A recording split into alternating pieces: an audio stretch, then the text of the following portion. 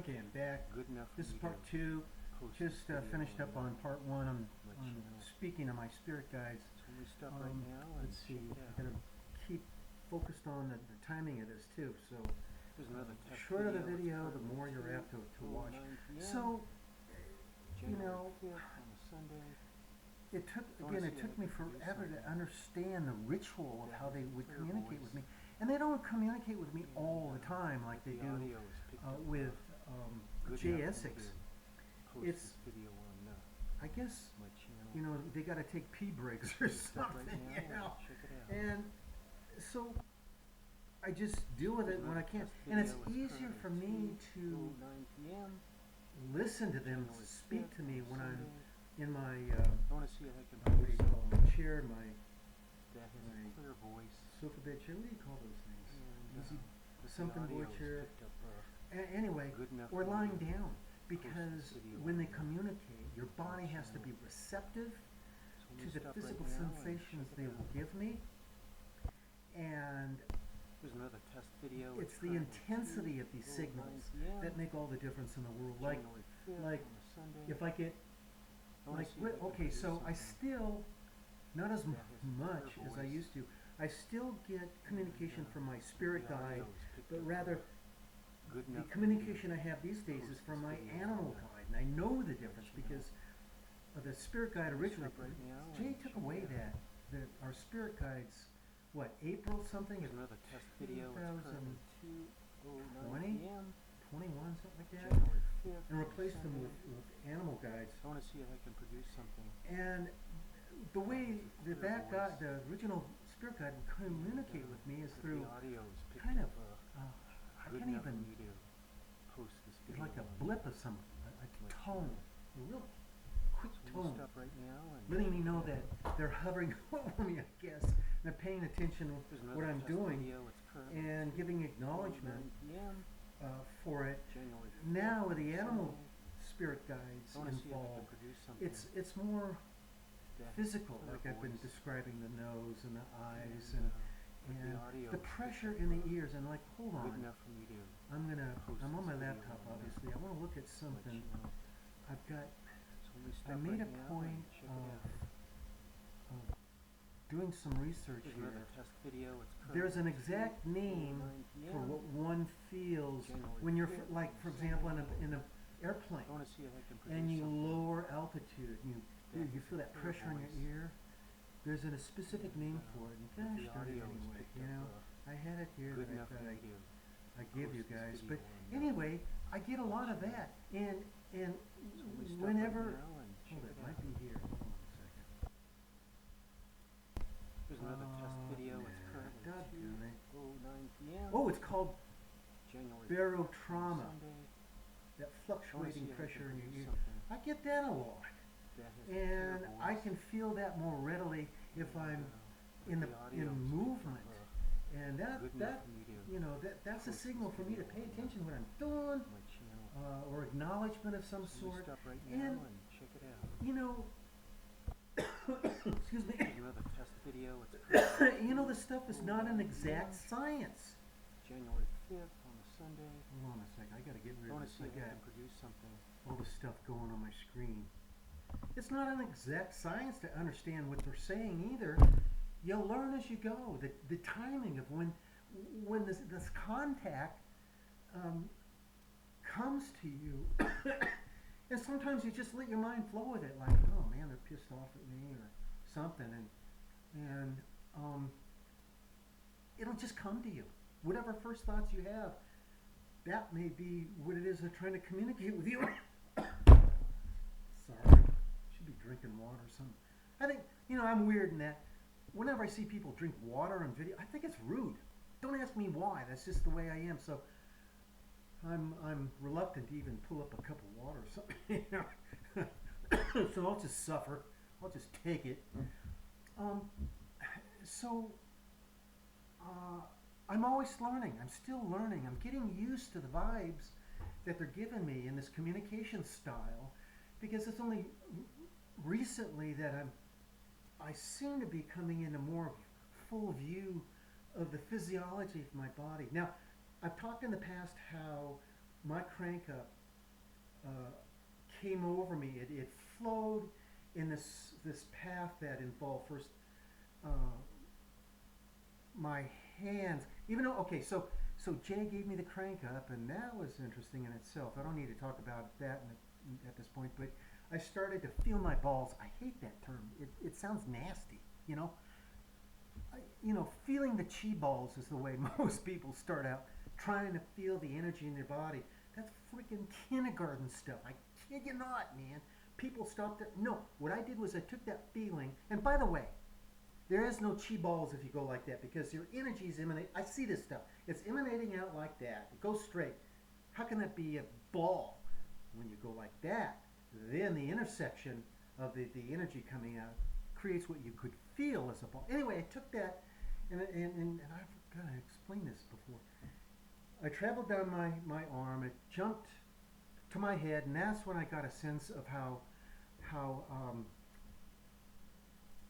crucial it was to be extra careful in not pointing the energy that I was developing at the eardrums or the optic nerve, because I could feel it, like jabs and knives. It make me jump. If I were to proceed and continue focusing on those two areas, it'd freaking make me blind or cut off my hair. I kid you not. If you have this ability that I've got, be very careful on how you aim it. And by the way, you don't necessarily have to aim it by going like that with your fingers. It's whenever you articulate your hand that generates the frequencies that reach your ear. There's science behind this, and I've explained this in another, what was that? Video number 10, something like that. And that's the foundation. That's the basis for everything that I do to begin with. So if you haven't seen that video, check it out, man. We're talking about quantum science and what else? Oh, my mind isn't a frazzle. I can't even recall everything I put on that video. So yeah, this stuff I'm projecting it's always there, and I'm seeing it across the room. And it's like Jay says about his own abilities, you get so used to it. It's no big deal. And I don't see it as a constant stream of energy. It's flashing, depending on the background. Like a dark background that can bring it up. And I see flashes of gray and streaming gray, and it's almost like a mist kind of emanating directly out of my fingers, And I'm seeing my aura right now, and so I play with it at night when I'm in bed, and that's something I haven't taught people how to do yet. I'm getting sidetracked and all this other nice stuff I can talk about. I practice most of my metaphysicality in bed with my arms propped up on pillows, because it's easy to rest on there. I can even go to sleep like that. My musculature allows me to accommodate that type of positioning, and what I'm doing at night is I'm focusing this energy on my brain, and in the morning I really feel it.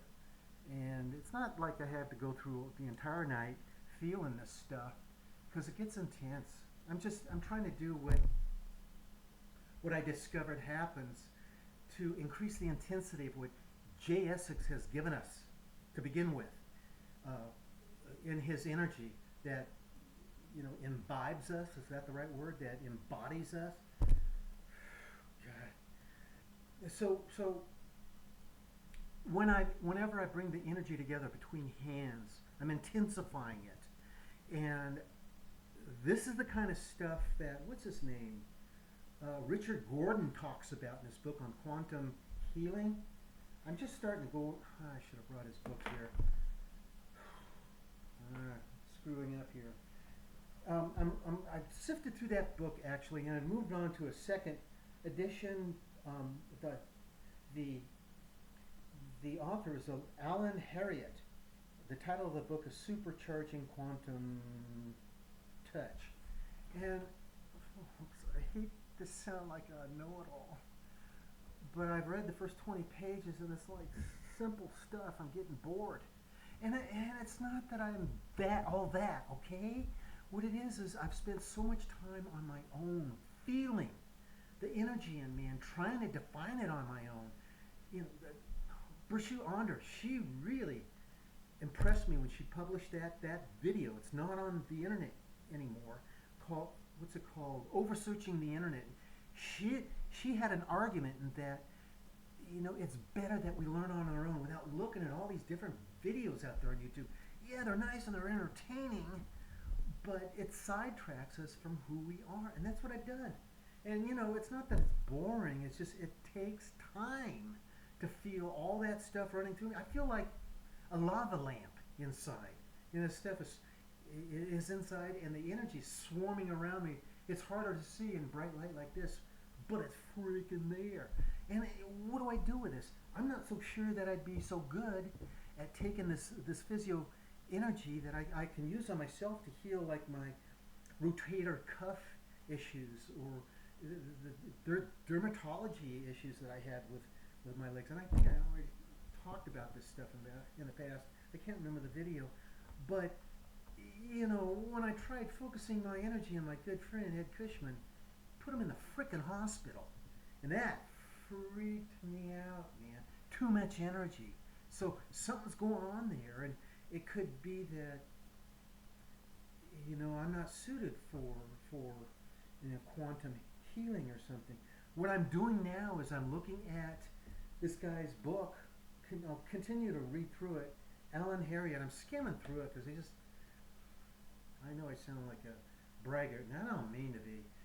But it just, all this stuff comes naturally when you get a crank up. For you out there who've had your DNA ICUCs, you know that this stuff, your metaphysicality just comes naturally. You don't have to read about it. You know, there's so many books out there talking about the same stuff over and over again. I think the approach is, if somebody wants to be a healer, they get a crank up first and then feel their way through it and see what directions it's going to take. You can't push this stuff to convert your DNA to something more metaphysical. I don't know what the terminology would be, but I can feel the conversion taking place. I vibrate like crazy all the time. It's like, give me a vibrator, or better still, give me a woman that can wrap her arms around me and wrap one leg. She won't need any outside interference, if you know what I mean. Not to be off the wall, but it's that bad the way I vibrate, and it's taken so much time to accommodate myself for this, because I remember the old days when I didn't have vibration and I was just peaceful asleep. Now, and I never finished the talking about this energy going through my body and the route it took. It came up to my upper crown, it's going into my middle crown, my lower crown, and it's coming down. And it's affecting my breathing. I actually sent an email to Kate Fletcher and explained to her that the changes in the physiological changes in my body may be the same thing that Jay is going through. He has trouble breathing whenever he talks. If you looked at his last videos, it's heavy breathing maybe, or restricted breathing, I guess, and it's because the nasal passages are being blocked, and it's coming lower and lower. Now, how long has it been since I contacted her? I don't know, a month and a half maybe. Now the energy's coming down, and I can feel the direct correlation. It's hitting the tip of my tongue, and it's making it tingle and sting. And my lip feels itchy, tingly too, because this evolution of my DNA is coming completely through my head. I can feel it. And I'm not looking forward to the next line of advancement, and that is, I predicted this years ago when I first started to feel the vibration in my body. It hit the outside of my skin, and it feels like cold heat. That makes a difference. You get frozen limbs, fingers or something, you come inside and out of the cold, and you start to heat up, warm up. And that feeling I feel in a very slight way now. It used to be different. It used to be more, like maybe an inch down underneath my skin. And it depends on exactly where I'm feeling it. Obviously, feeling down an inch within, your arm here is almost through your arm, right?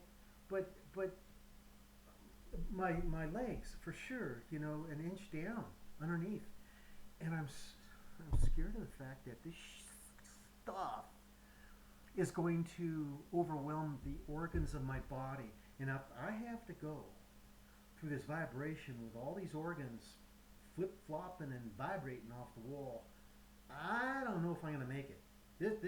I'm telling you, man. That's why I'm in a flurry trying to produce some videos, because if I, you know, go 6 feet under, at least I've done something for humanity. I'm telling people, you know, what it is. Oh shoot, it's after 15 minutes here. Telling people my experience and what to expect. And I'm not saying that you younger folks who have the tendency to want to proceed forward with the physiokinetics type of training I've offered in previous videos, I can't say that you're going to turn out like me, okay? There's other factors involved. I've had a terrible life, and I think from the primal therapy experience that I've gone through, that plays a factor in my just feeling overwhelmed with the metaphysicality that I'm involved with.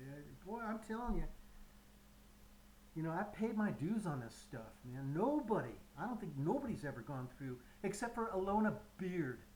She's out of the Netherlands somewhere. Years ago, back in 2017, maybe as far as 2018, she was producing videos. She was freaky about this stuff. You know, as a DNA ICU, did she get a DNA? She may not have. She may have gotten the previous version of the DNA ICUC. But she couldn't handle it. She could not handle it, and she was forever freaked out about, you know, feeling better. And I think she found somebody by the name of Michelle something or other, whose source who taught her how to remove her metaphysicality. And I'm telling you, if it's going to get to the point, in fact, I'm going to have to send a video to the Spiritual Foundation and say one of the most important things that they should consider is the idea, if it's possible, to remove, upon request, somebody's metaphysicality if it interferes with the progress of their ailment. And I would have loved to have not, I would have loved to have known this, but I didn't know that I was going to get diabetes until 2 years later, September of 2019. Actually, 2 years just about in sync with the 2017 September 5th crank up. I would have hesitated in getting a crank up until I had my diabetes issue resolved, and it's possible. You know, it's keto dieting, it's exercising, and what do you call it? I'm losing my head here. I'm forgetting words. It's intermittent fasting. That's a hard thing to do. Done it as far as 2.5 days, but after that, whoa. But it's possible to kill yourself with that. And then I would have said, okay, yeah, give me a crank up. But I had to take the crank up because I knew Jay was about ready to retire, or at least he gave me that premonition that he was going to retire. So I wanted his energy in me.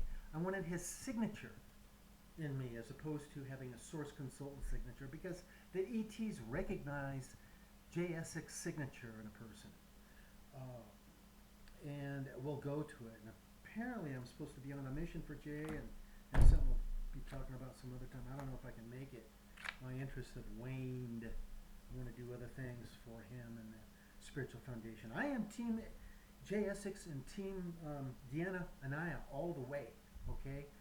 I'm just, you know, going to come up with this video here challenging that they're challenging them that there should be more thinking involved with what it is they plan. And it's not a condescending video. It's not saying don't do what you're going to do, but embrace some other thinking from a member of humanity who's going to be affected, among other billions of people out there, by what Jay is going to do once he crosses over. Anyway, I haven't actually talked about all. Maybe I should do a third video here. But let me get my thoughts together and then come back and produce that, whether it's Johnny on the spot or some other time. But I've got more to say about the spirit guide thing. Okay, so here we go. So be kind. Bye.